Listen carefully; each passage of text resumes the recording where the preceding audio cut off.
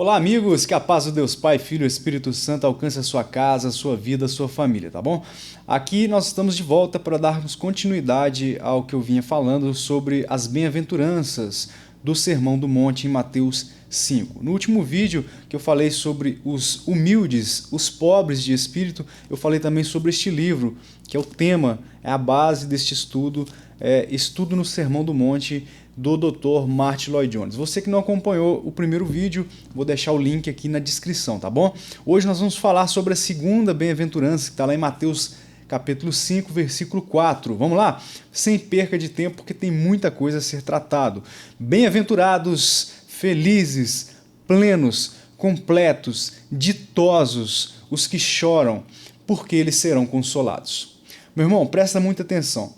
No primeiro vídeo a gente falou a respeito da humildade de espírito, de ser pobre de espírito, que é quando você encontra com Deus e você tem aquela sensação de incapacidade, você desapega da justiça própria e se apega em Cristo. E a segunda bem-aventurança, ela é uma consequência da primeira, e assim por diante, amém? Então vamos lá, bem-aventurados os que choram, hoje nós vamos entender, mas choram por quê? E eles serão consolados. Mas como serão consolados? Presta atenção. O mundo em que vivemos, quando eu digo mundo, eu quero falar de sistema. Amém? O mundo, ele considera essa declaração de Cristo, nosso Senhor, uma declaração ridícula, e eu vou te provar o porquê. O mundo, ele procura evitar as necessidades de chorar. Como assim? Ele vai te dizer, esqueça as dificuldades, faça vista grossa, vamos sair, vamos divertir, vamos curtir, vira as costas para as dificuldades, seja tão feliz neste momento enquanto é possível. Esse é o discurso do mundo para todos nós. Ele nos faz um convite a não chorar, a não chorarmos, a não nos esvaziarmos, mas termos plena confiança em nós mesmos, termos plena confiança e curtirmos, aproveitarmos cada instante neste mundo, independente das consequências. A busca pelos prazeres, por dinheiro, vem para entreter e evitar a necessidade de chorar. É dessa forma que o Dr. Martyn Lloyd-Jones aborda este tema, iniciando essa bem-aventurança. Todavia, Jesus vai nos dizer o oposto do que o mundo diz. Ele nos diz que os únicos que são capazes de realmente serem felizes são os que choram. Essa bem-aventurança, nós temos um trecho paralelo a Mateus 5, que está lá em Lucas capítulo 6, onde Jesus vai usar essas palavras essas palavras do Sermão do Monte aqui dessa bem-aventurança serão empregadas de uma forma negativa, de uma forma muito mais incisiva, que ele vai dizer o seguinte lá em Lucas capítulo 6, versículo 25. Ai de vós, os que estáis fartos, porque tereis fome. Mas não é aqui que eu quero, não, é agora. Na parte B. Ai de vós, os que agora rides, porque vos lamentareis e chorareis. Presta atenção. Essa declaração de Jesus, ela condena a aparente felicidade que o mundo ostenta. E ela nos promete bênçãos. Promete para quem? Para os que choram. Mas, ô Diego, talvez você possa perguntar, mas chorar por quê? Por causa de quê? Por causa de quem? Como assim chorar? O chorar aqui que Jesus está trazendo no Sermão do Monte, bem-aventurados os que choram, não é por uma tristeza temporal, uma dificuldade temporal, um conflito interno. Exemplo, eu perdi um ente querido. Todos nós temos entes queridos, amigos, conhecidos, que todos nós vamos morrer. Não vamos ficar para semente nesta terra. Mas não é esse tipo de choro que Jesus está falando. Da mesma forma que o ser humilde de espírito que eu falei no último vídeo não tem nada a ver com a pobreza financeira, como alguns católicos de forma equívoca creem. Então, a tal bem-aventurança fala de tristeza espiritual. Nada tem a ver com a vida natural. As bem-aventuranças nada tem a ver com a vida natural. É aquela pessoa que chora em seu espírito. Veja bem, você precisa entender. Nós precisamos entender algo, que eu quero fazer uma observação aqui, um parêntese aqui dentro.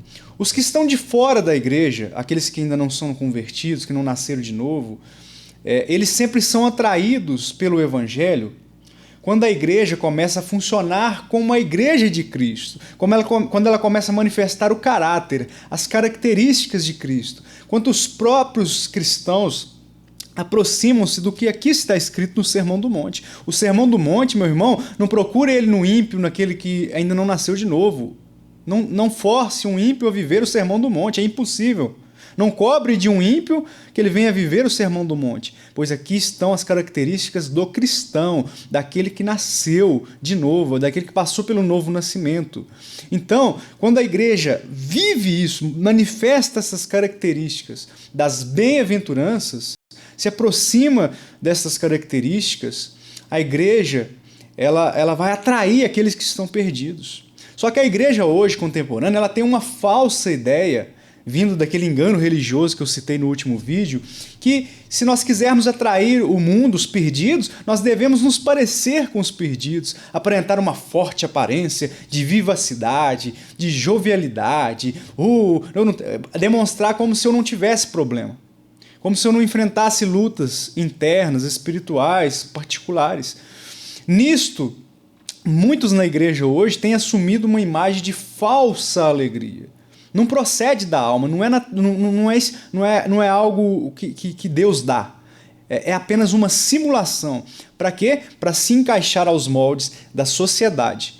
E isso eu estou falando de uma sociedade que se diz cristã e que boa parte até é, mas que ainda está cometendo muitos equívocos, tá bom? É um defeituoso senso de pecado que está ocorrendo em pleno século XXI na igreja moderna. A doutrina do pecado, que é bíblica, ela foi distorcida. O propósito de muitas congregações, de muitas reuniões, se tornou manifestar alegria, euforia, êxtase, e não propriamente expor as Escrituras e conduzir as pessoas ao arrependimento dos seus pecados, para que elas olhem para Cristo e possam crer no Evangelho e assim serem salvas. Então é um defeituoso senso, não há uma real convicção do pecado conforme se via no passado, na igreja primitiva, nos séculos passados.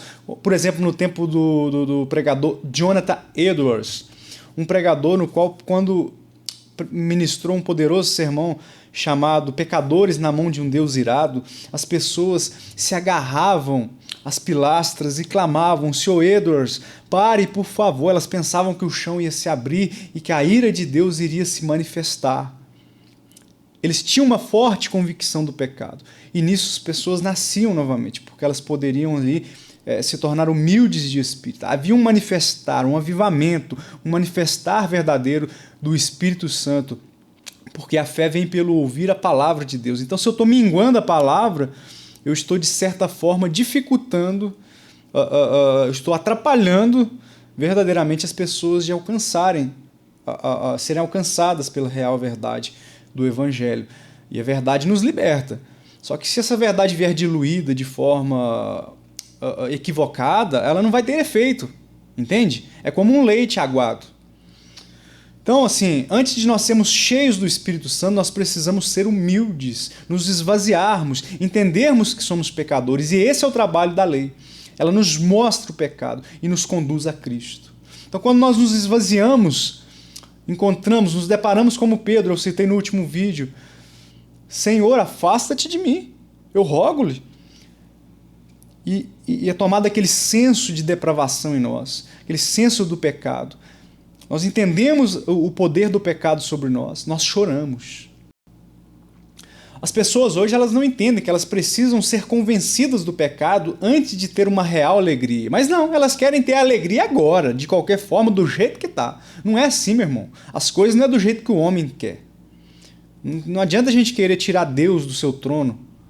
Ele é majestoso, ele é soberano. O povo hoje não aprecia a doutrina do pecado. Nota-se quando você vai falar desse tipo de pregação, não é popular, não é palatável, as pessoas não querem, elas querem saber de falar de vitória, de dinheiro, de cura, de a melhor vida aqui agora. O cristão é um homem que se assemelha com o Senhor Jesus. Cristão é ser parecido com Cristo. Jesus, Paulo escreveu em Romanos 8, 29, o seguinte: ele é o primogênito entre muitos irmãos. Então o cristão é parecido com Cristo. Não há qualquer registro que Jesus, presta bem atenção, que Jesus tenha sequer rido nas Escrituras. Nós lemos que ele ficou irado, ele padeceu fome e sede, ele chorou, mas não há um registro sequer de Jesus dando gargalhada. Entende? Hoje nós temos muito equívocos, por exemplo, há pessoas que são comediantes e introduzem o evangelho em suas comédias. Eles estão ferindo a santidade de Deus. O evangelho, céu e inferno não podem ser piada.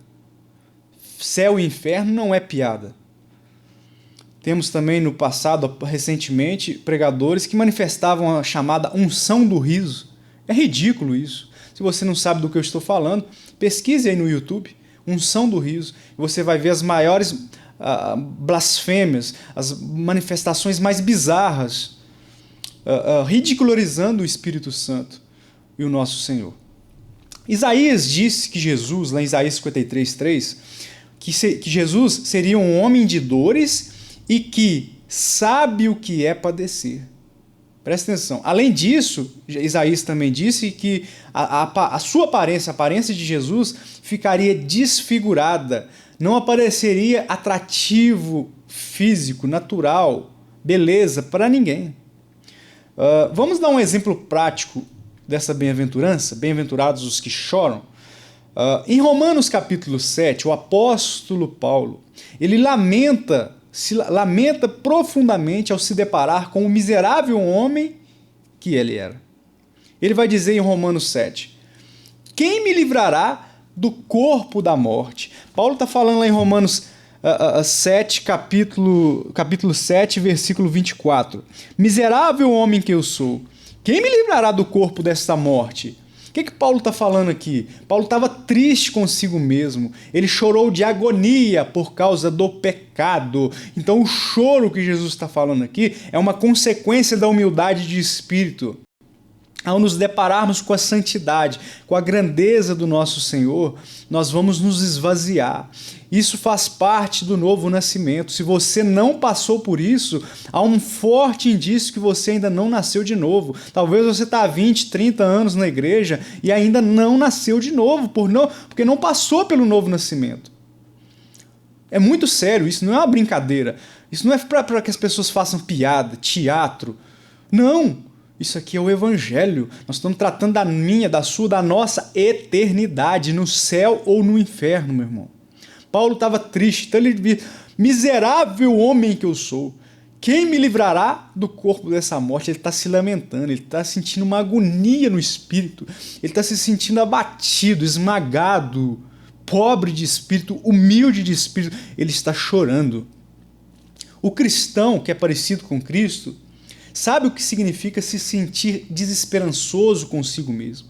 Ele não se apega a mais nada a não ser a cruz de Cristo, o sacrifício salvífico do Calvário e a ressurreição dentre os mortos, as promessas de Cristo. Paulo diz mais, em mim, isto é, em minha carne, não habita bem nenhum. O bem que eu quero, eu não faço, mas o mal que eu não quero, esse eu faço. Você está vendo a luta interior de Paulo? Paulo está dizendo o seguinte, meu irmão, presta atenção. Ele está dizendo o seguinte, o bem que eu quero fazer, eu não quero pecar, mas eu não faço. Mas o mal que eu não quero, esse eu faço. Eu não quero pecar, mas eu peco. Eu não quero pensar mal, mas eu penso. Você está entendendo? Eu não estou falando de pecado deliberado. É algo natural do homem. É uma herança de Adão, da árvore genealógica. Nós fazemos parte dessa árvore genealógica. O bem que eu quero, não faço, mas o mal que eu não quero, esse eu faço. Os crentes de hoje, não. Os pregadores modernos, você tem que ser cabeça, não cauda. Não aceita essa situação na sua vida. Coloca Deus na parede. Essas coisas absurdas, essas blasfêmias que ofendem a santidade do nosso Deus. Muitos dizem que esse sentimento que Paulo teve foi só por um momento lá em Romanos 7. Mas eu te provo que não em Romanos 8. Porque um texto fora de contexto é pretexto para heresia. Então nós temos que saber interpretar o livro completo. Então Romanos 7 ele se lamenta profundamente. Mas em Romanos 8, 23 ele diz o seguinte, e não só isso, mas nós mesmos que temos os primeiros frutos do Espírito. Presta atenção, gememos interiormente esperando ansiosamente nossa adoção como filhos, a redenção do nosso corpo. Paulo diz mais também, lá em 2 Coríntios capítulo 5, presta atenção, sabemos que, se for destruída a temporária habitação terrena em que vivemos, temos da parte de Deus um edifício, uma casa eterna no céu, não construída por mãos humanas. Presta atenção, enquanto esse não chega, gememos, lamentamos, desejando ser revestidos da nossa habitação celestial. Meu irmão, o choro resulta pelo fato de alguém ser humilde de espírito, de entender que este corpo produz morte, produz pecado, ofende a Deus. Então ele se lamenta, ele se torna pobre de espírito, ele se desapega de si mesmo, ele larga a autoconfiança, ele se apega à cruz de Cristo, ao sacrifício salvífico. É inevitável, meu irmão. Ou você passou por isso e passa, e é cristão, ou você não é. Eu não passei, não. É só euforia, aleluia, glória a Deus, oba, oba, oba, oba, oba, oba. Não. Todo cristão precisa ter esse senso de humildade de espírito e de lamento. Ainda que as lágrimas não escorram, haverá aquele lamento interno, lamentando pelo profundo pecado. Faça um autoexame, meu irmão. O crente medita onde errou. O verdadeiro crente vai meditar. Poxa, eu errei com aquele irmão, eu errei com aquela irmã, eu não deveria ter falado, feito, pensado, desejado. Ele vai lamentar, miserável homem que eu sou, quem me livrará do corpo dessa morte? O crente, ele contempla suas próprias ações, o seu estado, a condição de pecaminosidade. 1 João 8 diz, aquele que disser que não tem pecado engana-se a si mesmo e não há verdade nele, meu irmão. O resultado do autoexame só pode ser um. A pessoa vai olhar, meu Deus, eu tento fazer o bem, eu quero fazer o bem, mas eu não posso, eu não consigo, eu não quero fazer o mal, mas eu não consigo não fazer, eu faço mal, eu penso mal. O que há em mim? O que me leva a agir dessa maneira, meu Deus? Por que eu me irrito facilmente? Por que meu temperamento é mau? Por que eu não tenho domínio próprio contra aquela tentação, aquele pecado? Por que eu não venço aquele pecado? Meu Deus do céu, por que eu aninho e eu alimento sentimentos egoístas, invejosos? O que tem de crente invejoso, meu irmão? Ciumento, maldoso, mas por que eu sou assim? Você vai se lamentar. Assim é o cristão, o crente, quando ele descobre o conflito que há no seu coração, ele termina por abominar tal condição. Ele vai chorar por causa dessa condição pecaminosa, meu irmão. Ele vai lamentar profundamente a causa dessa condição pecaminosa. O crente, ele também chora pelos pecados alheios. Ele vai ficar inquieto, ele vai se sentir incomodado pelo engano religioso, pelo pecado deliberado das pessoas. Eu, quando vejo pessoas ferindo as Escrituras, eu me sinto agoniado, eu me sinto oprimido, eu me sinto triste, eu me sinto angustiado por ver as Escrituras e o Espírito Santo ser ridicularizado por falsas doutrinas, por engano religioso, pessoas que estão no mundo se perdendo, até mesmo parentes, familiares nossos. O cristão, ele se sente agoniado por essas pessoas, pelo próximo. Ele se preocupa pelo estado da sociedade, até mesmo daqueles que ele nem sequer conhece ou tem intimidade, o estado do mundo, da igreja, meu irmão.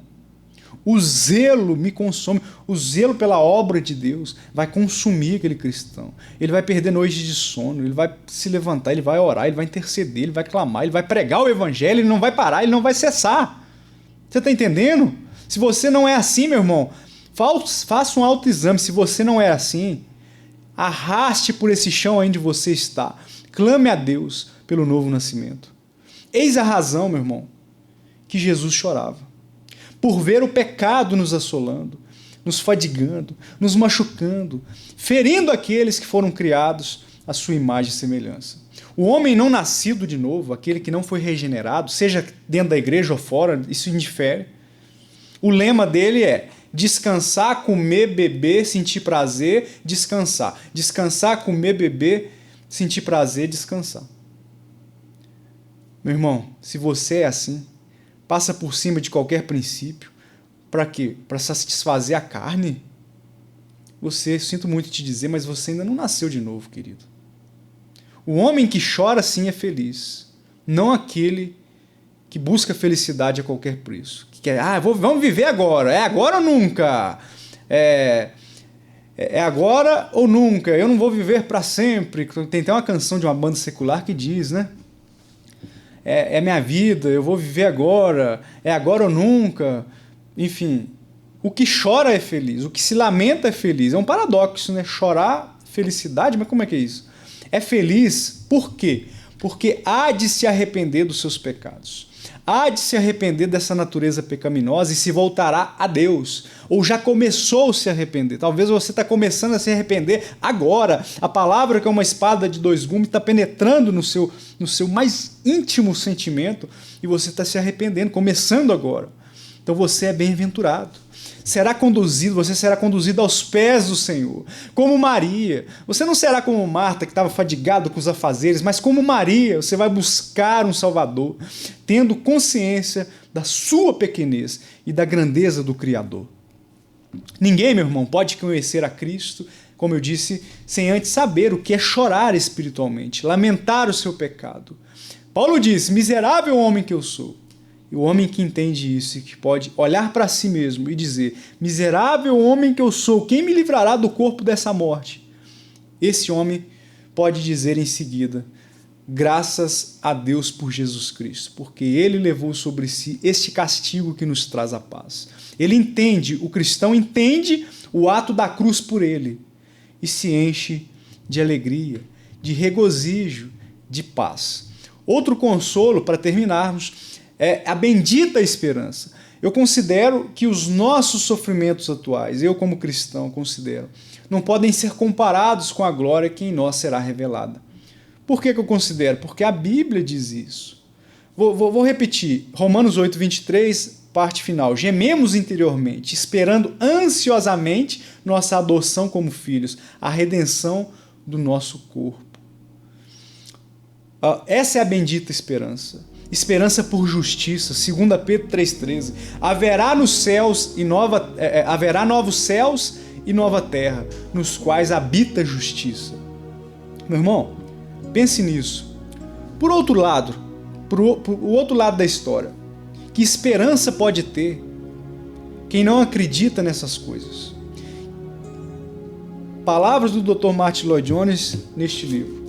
Quem busca recompensa e alegria nas coisas deste mundo, que esperança pode encontrar?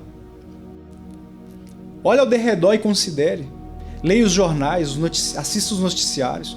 O que você, o que eu, o que nós podemos aproveitar do sistema, do mundo corrompido pelo pecado? A Bíblia diz que até mesmo a natureza geme, lamenta o nosso pecado. Para o mundo, meu irmão, não há consolo. Arrependa-se e creia no Evangelho. Para o cristão, há consolo da glória vindoura, na eternidade onde seremos inteiramente bem-aventurados. O homem que chora, ele é triste com seu estado, mas não melancólico. Se entristece pelo pecado, mas não vive como um miserável se fazendo de coitado. É um homem sério, mas não precisa fingir seriedade. O crente nunca finge ser triste ou alegre. Ele manifesta de forma natural. Usufrui de uma alegria solene, alegria santa. O cristão, meu irmão, ele jamais mostra-se indiferente para com os seus semelhantes. Esse era o tipo de cristão que se via no passado, quando a doutrina do pecado era pregada e ressaltada, quando não éramos meramente exortados a tomarmos uma decisão repentina, como, por exemplo, um apelo emocional, fazendo uma pressão, aquela simples oração do pecador da boca para fora. Não. Quando as Escrituras eram expostas de forma correta, sem ferir os princípios por interesses secundários. Ali sim, haviam cristãos dessa forma, bem-aventurados, plenos, completos, ditosos, porque choravam e eram consolados por Deus, com a esperança vindoura, com a justificação em Cristo Jesus.